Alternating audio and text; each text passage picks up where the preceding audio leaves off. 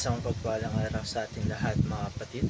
Ako muli sa Idram Bernales ng Batch 3 at ito ang aking deep devotion. At kanyang araw ay pag-uusapan natin ng bakit hinahayaan ni Lord na patayin si Charlie Kirk o sovereignty. At ang ating Bible verse ay mula sa Psalm chapter 115 to chapter 115 verse 3. Sasabi sa ating scripture that our God is in the heavens, He hath done whatsoever He hath pleased. Mga kapatid, dito natin makikita ang napakalalim na katotohanan. Ang Diyos ay sovereign. Ibig sabihin, siya ang may pinakamataas na kapangyarihan at siya lamang ang may huling salita sa lahat ng bagay. Kung isipin natin mga kapatid, minsan nagtatanong tayo kung bakit nga ba hinahayaan ni Lord ang mangyari ang mga bagay na ito. Bakit may mga tao na bigla na lang nawawala sa mundong ito, tulad ng example natin ngayon na si Charlie Kirk.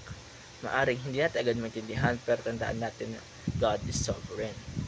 Sovereignty means God's supreme rule and authority over all things. Walang nangyayari sa mundo na hindi sakop ng kanyang plano. Even evil, even misfortune, kahit yung mga bagay na sa tingin natin na hindi maganda. Lahat yan ay nasa ilalim ng kanyang kontrol.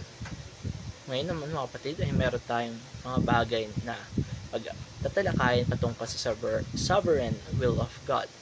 Unang-una dito, it covers whatsoever comes to pass. Lahat ng nangyayari, mabuti man o masama, ay hindi aksidente.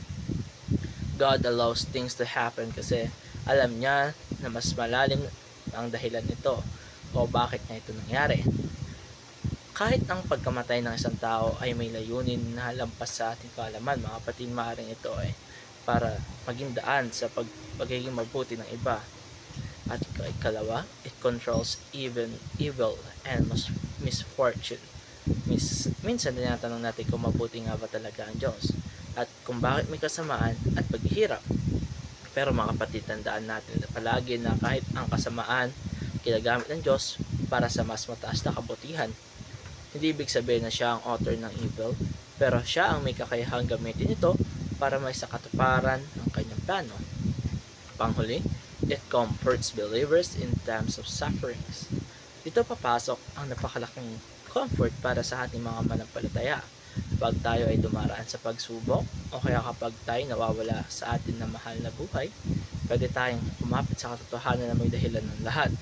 Hindi man natin maintindihan ngayon, pero balang araw ay papakita ng Diyos kung paano ang lahat ng bagay ay nag-work together for good.